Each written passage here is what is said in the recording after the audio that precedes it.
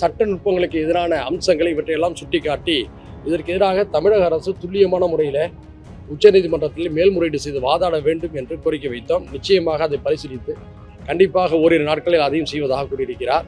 இந்த ரெண்டு விஷயங்களும் அரசியல் சாசன சட்டம் சிறுபான்மையினருக்கு தந்திருக்கக்கூடிய உரிமைகளை பறிக்கக்கூடிய விஷயமா இருக்கின்ற காரணத்தினால அரசியல் கூட்டணி இது போன்ற நிலைகளெல்லாம் கடந்து நீங்கள் ஆற்ற வேண்டிய ஒரு பணி என்பதை நாங்கள் எடுத்துரைத்தோம். அவர் முழுமையாக ஏற்றுக்கொண்டார். இல்லை அதை பேச வேண்டிய துறையிட்ட பேசணும், முதல்வரை சந்திக்கிறாரு, அப்போ நம்ம பேசலாம். இது ஜீவாதார கோரிக்கைகள், பொது கோரிக்கைகள், அந்த அடிப்படையில் நம்ம வலியுறுத்தினோம். தமிழ்நாட்டுல எல்லாமே சேஞ்ச் ஆயிடுச்சு. உங்க நகையையும் சேஞ்ச் பண்ணுங்க. உங்க பழைய நகைக்கு கிராமுக்கு 150 ரூபாய் கூடுதலா வாங்கி புது நகை எடுத்துக்கோங்க. அதே கம்மி சேதாரம் தான் உங்க லலிதால மட்டும்தான். சிட்டாசிஸ் தமிழர் 4.0 அணிகளாய் திரள்வோம், அமைப்பாய் உயர்வோம். ஜூலை 24-25 ஹில்டன், சென்னை.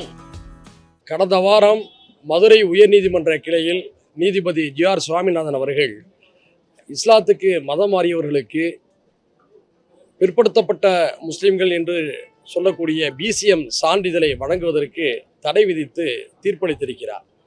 இந்த தடை என்பது அரசியல் சட்டம் வகுத்தளித்திருக்கக்கூடிய விதிமுறைகளுக்கு எதிரானது என்று கூறி எங்களை போன்ற ஜனநாயக சக்திகள் தொடர்ச்சியாக தங்களுடைய கண்டனத்தை தெரிவித்து வந்தார்கள். இது குறித்து தமிழ்நாடு அரசு உச்சநீதிமன்றத்தில் மேல்முறையீடு செய்ய வேண்டும் என்ற கோரிக்கையை நாங்கள் எல்லோருமே வலியுறுத்தி வந்தோம். அந்த அடிப்படையில் இன்றைய தினம் சட்ட நிபுணர்கள் அடங்கிய ஒரு குழுவுடன் மாண்புமிகு தமிழ்நாடு சட்டத்துறை அமைச்சர் திரு நிர்மல்குமார் அவர்களை சந்தித்து நாங்கள் இது குறித்து விரிவாக பேசினோம்.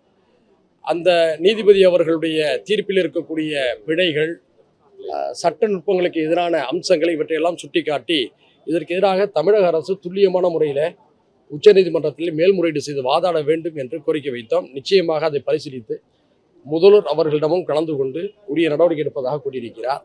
அது மட்டுமல்லாமல் கடந்த பக்ரீத் பண்டிகை அன்று கால்நடைகளை குர்பானி என்னும் இறைவனுக்காக பலியிடக்கூடிய அந்த சடங்குகளை செய்கின்ற போது பல இடங்களில் அதிகாரிகள் சென்னை மதுரை உயர்நீதிமன்ற கிளை உத்தரவின் அடிப்படையில் நாங்கள் இதையெல்லாம் அனுமதிக்க முடியாது என்று சர்ச்சைகளில் ஈடுபட்டது உங்களுக்கு தெரியும். அந்த தீர்ப்புக்கு எதிராகவும் மேல்முறையீடு செய்ய வேண்டும் என்று மாண்புமிகு அமைச்சர் திரு நிர்மல்குமார் அவர்களிடம் கேட்டுக்கொண்டோம். கண்டிப்பாக ஓரிரு நாட்களில் அதையும் செய்வதாக கூறியிருக்கிறார். இந்த ரெண்டு விஷயங்களும் அரசியல் சாசன சட்டம் சிறுபான்மையினருக்கு தந்திருக்கக்கூடிய உரிமைகளை பறிக்கக்கூடிய விஷயமா இருக்கின்ற காரணத்தினால அரசியல் கூட்டணி இது போன்ற நிலைகளெல்லாம் கடந்து நீங்கள் ஆற்ற வேண்டிய ஒரு பணி என்பதை நாங்கள் எடுத்துரைத்தோம். அவர் முழுமையாக ஏற்றுக்கொண்டார். எங்களுடன் வந்த வழக்கறிஞர்கள் திரு ஜோ, திரு பிரசன்னா, திரு ஹசன், திரு அமீன், திரு சுவாதிஸ் உள்ளிட்ட எல்லா குழுவினரும் சேர்ந்து இது குறித்து அவரிடம் நாங்கள் விரிவாக எடுத்துரைத்துள்ளோம். கூடுதலாக என்னுடைய சிதம்பரம் சட்டமன்ற தொகுதிக்கு ஒரு சட்டக்கல்லூரி ஒன்றையும் நீங்கள் தர வேண்டும் என்ற கோரிக்கை நான் வைத்திருக்கிறேன். இந்த பட்ஜெட்டிலே நீங்கள் அதை அறிவிக்க வேண்டும். எங்கள் தொகுதி மக்கள் தொடர்ந்து அதை கோரிக்கையாக வைத்திருக்கிறார் என்பதையும் சொன்னேன். அதையும் கண்டிப்பாக வேற எந்த மாதிரியான முக்கியமான ஒரு கோரிக்கை?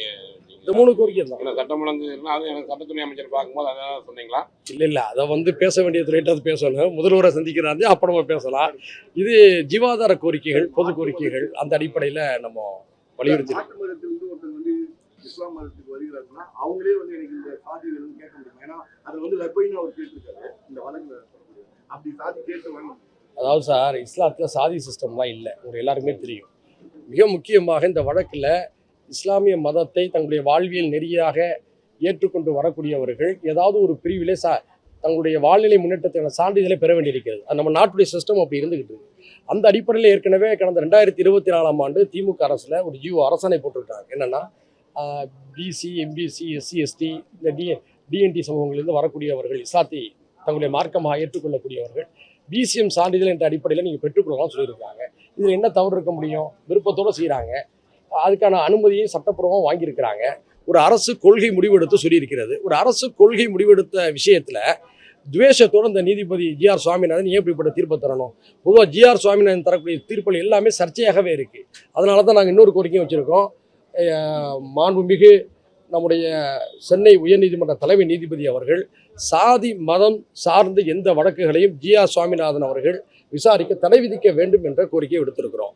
அதாவது எளிய மக்கள், சிறுபான்மை மக்கள் சட்டத்தின் துணை கொண்டு தான் சில விஷயங்களை அவங்க வாட முடியுங்கிற நிலையை இன்றைக்கி நாட்டில் ஏற்பட்டிருக்கு.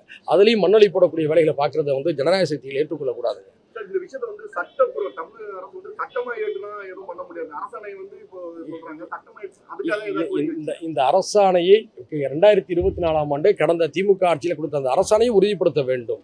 அதுபோன்று அந்த இடஒதுக்கீட்டுக்கு ஆபத்து வராத எல்லா அம்சங்களையும் நீங்கள் வந்து கவனத்தில் கொள்ள வேண்டும் என்று நாங்கள் வலியுறுத்தியிருக்கிறோம்.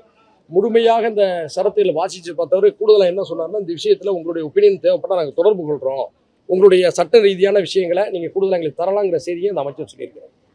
நன்றிங்க. நன்றி நன்றி நன்றி. தமிழ்நாட்டுல எல்லாமே சேஞ்ச் ஆயிடுச்சு. உங்க நகையையும் சேஞ்ச் பண்ணுங்க. உங்க பழைய நகைக்கு கிராமுக்கு 150 ரூபாய் கூடுதலா வாங்கி புது நகை எடுத்துக்கோங்க. அதே கம்மி சேதாரம் தான் உங்க லலிதால மட்டும்தான். சிட்டாசிஸ் தமிழர் 4.0 அணிகளாய் திரள்வோம், அமைப்பாய் உயர்வோம். ஜூலை 24-25 ஹில்டன், சென்னை.